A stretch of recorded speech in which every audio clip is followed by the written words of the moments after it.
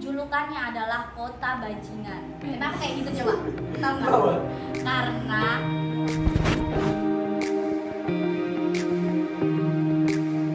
Assalamualaikum warahmatullahi wabarakatuh. Pada kali ini anak-anak OSIS MA Alif Kok Malang membuat acara baru nih, yaitu Polos Podcast Lesehan OSIS. Dan pada grand opening ini kita mengundang salah satu tamu nih, yaitu salah satu siswa kelas 12 kita yang sudah merintih karir dari anak SMA dari sekarang lah, yaitu Kak Harwinda Haris.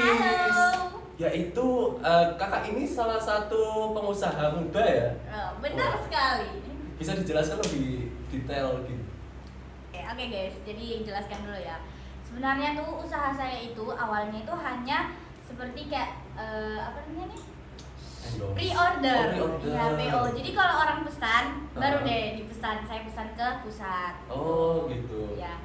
Terus lama-kelamaan itu udah. Terus lama-kelamaan itu diperbesar lah. Gitu. Oh, dibesar sampai sekarang ya. Iya. Keren sih. Terus kakak ini kan kalau nggak salah saya baca-baca di IG. Iya. Jadi kakak ini jualan skincare ya. Iya. Betul. Nah, Oh, baik. kenapa kakak ini sangat itu loh, kok pede banget ngambil skincare gitu. Padahal banyak saingan-saingan yang banyak gitu loh. Kayak MS Glow itu kan udah besar gitu kan Iya, namanya. iya. Jadi kenapa pede banget ngambil produk skincare? Oke, jadi yang pertama dari latar belakang dulu ya. Nah, jadi latar belakang keluarga saya itu kan sangat besar. Terus ibu saya itu membiayai banyak orang sehingga saya terdorong untuk menciptakan bisnis. Nah, terus habis itu akhirnya ingin buat akhirnya mau membuat bisnis. Oke. Nah, terus habis itu kenapa pede sekali? Karena salah satu di Sorong itu memang udah ada MS Glow sebelumnya. Dan bahkan sudah ada kliniknya MS Glow. Nah, dan saya kepikiran di sini di Sorong emang ada kliniknya MS Glow, tapi belum ada toko yang menjual MS Glow dan produk yang lain. Jadi kayak brand-brand lain. Jadi dalam satu toko itu sudah apa namanya? Sudah ada banyak brandnya gitu. Sudah banyak kayak iklan-iklan masuk gitu. Bukan. Jadi dalam satu toko itu sudah banyak sudah terdapat banyak brand. Oh. Nah, gitu. Jadi dalam satu toko itu sudah ada semua brand gitu, dan brand-brand yang di Sorong itu lagi viral gitu. Oh. Dan ini lagi hebatnya lagi tuh menurut saya ya, toko skincare pertama di Kota Sorong.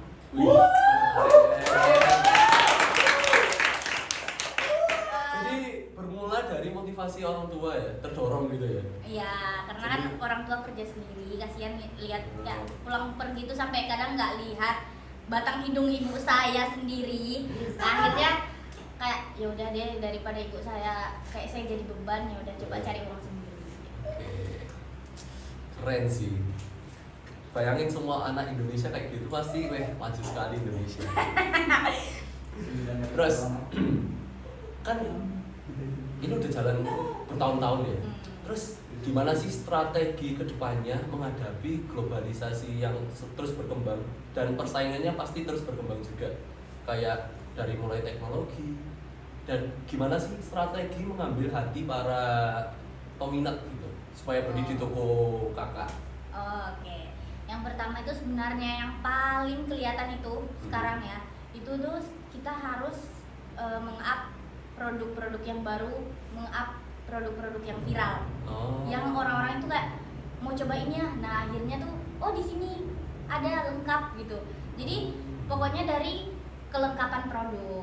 Berarti nggak perlu bagus, yang penting viral gitu. Ya enggak juga. Kirain. Nah, salah satunya juga tempat estetiknya. Oh, Nah, tempatnya jadi, yang estetik. Iya, waktu itu masih ingat rukonya itu polosan. Saya beli saya sewa.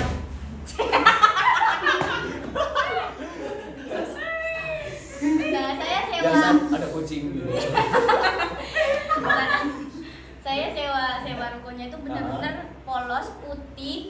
hancur, pokoknya udah kayak bukan sesuatu hal yang bisa di tempat tinggalkan. Astaga. Nah, terus habis itu juga dari keluarga saya itu mendukung untuk memperbesar itu. Akhirnya kita desain sebagus mungkin tapi dengan budget yang ada waktu itu.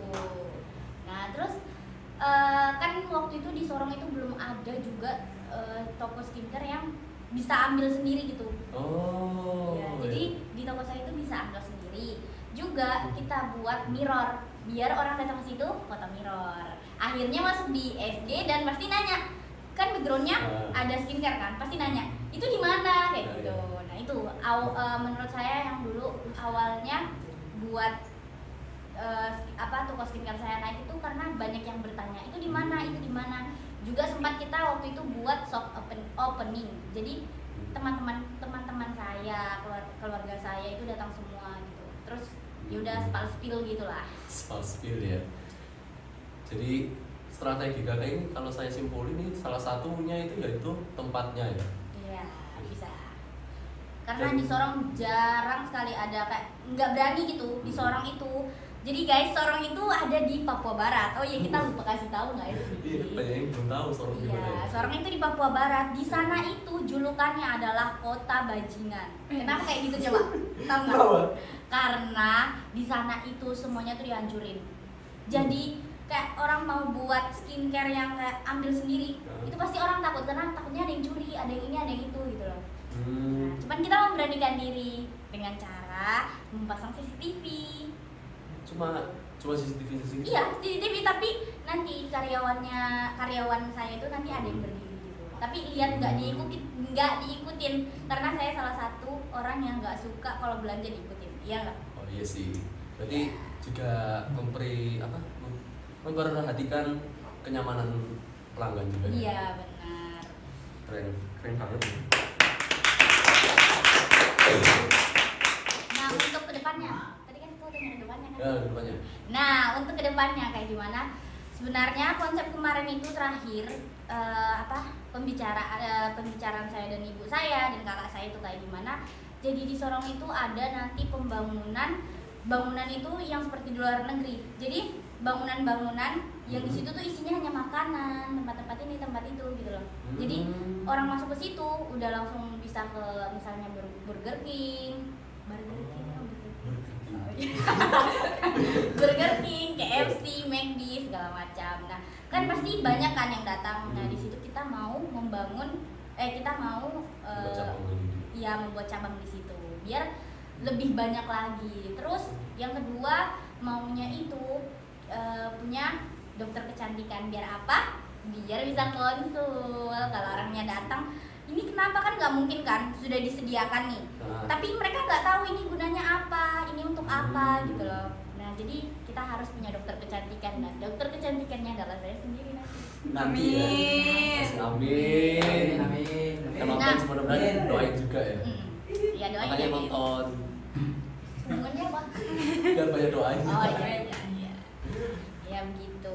Terus juga apalagi teknologi sekarang yang ada di Jakarta itu yang saya lihat itu ada kita masuk di dalam tabung itu terus masukin muka kita itu di scan udah tahu permasalahan kulit Di-scan kita. kayak fotokopi gitu. Iya, itu dimasukin kayak gini tuh langsung kelihatan ini permasalahannya apa dan nanti ada dokternya yang menyarankan produk ini yang bagus.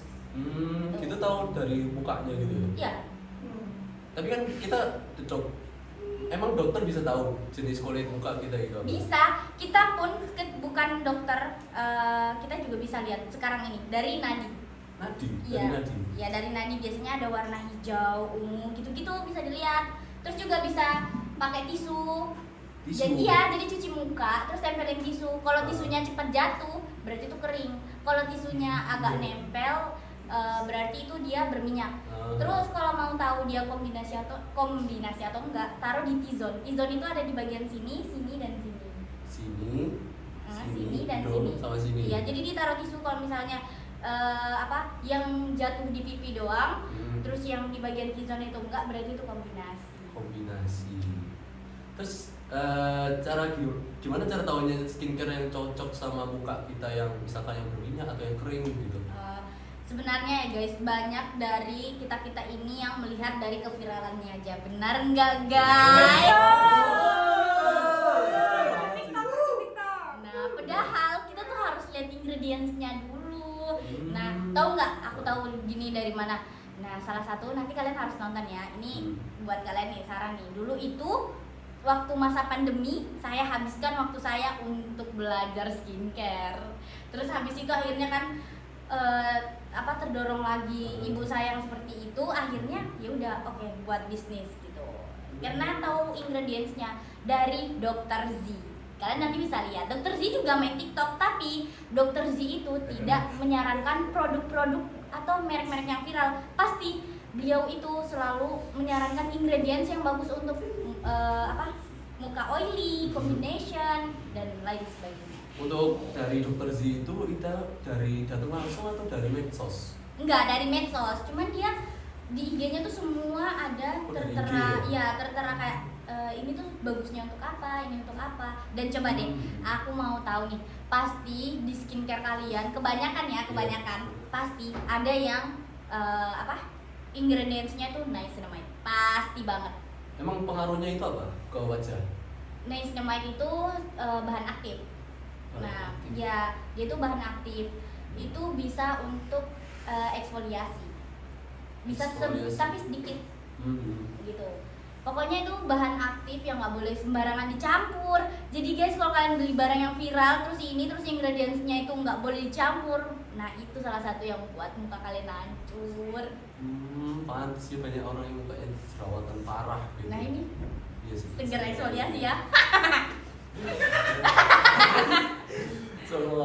Emang nggak gini loh, kan banyak anak cowok itu kayak gengsi gitu loh buat skincarean. Kayak aduh, skincare itu kayak buat cewek aja gak sih gitu loh. Aduh, itu nggak usah dipikirin. Please, aku pernah juga nonton siapa itu? Dia tuh cowok pakai skincare, pasti kalian tahu di TikTok. Dia tuh kan sering diejek kan, wah melebihi cewek. Gak usah peduli guys, yang muka glowing itu kalian, bukan yang dia. Kalau kalian mukanya glowing, pasti dianya iri. Gak usah yang komen pasti iri gak sih? Iya, parah sih. Tapi emang ada nggak misalkan skincare yang emang khusus buat cowok sendiri, khusus buat cewek sendiri gitu? Sebenarnya ada, cuman kalau menurut saya itu skincare itu sebenarnya unisex. Jadi ya udah, yang cewek pakai itu juga cowok bisa pakai gitu loh. Tergantung kebutuhan ya. Ya, cuman kadang kan ada yang bilang nih kalau cowok itu kulitnya lebih tebal. Jadi pakainya tuh ada yang khusus. Biasanya tuh misalnya nih, kan niacinamide itu bahan aktif. Nah, misalnya niacinamide, AHA, BHA. Nah, misalnya perempuan itu kan lebih tipis, jadi exfoliation-nya tuh lebih rendah. Kalau yang cowok itu lebih tinggi karena mereka punya kulit badak. Kulit yang lebih tebal gitu ya. Keren banget sih. Nah, ya. Mungkin segitu aja dari kami. Mungkin ini saran sangat yang membantu kita dan para penonton ya. Sangat membantu loh. Jadi kalau kalian ingin rekomend skincare gitu, tanya aja ke Kak Winda. Nanti IG-nya tertera di sini. Oke. Terima kasih Kak Winda. Sama-sama. Dan mudah-mudahan berkah ilmunya yang diberikan. Amin ya Allah. Terima kasih dari saya. Lanjut ke segmen berikutnya. Enggak bercanda.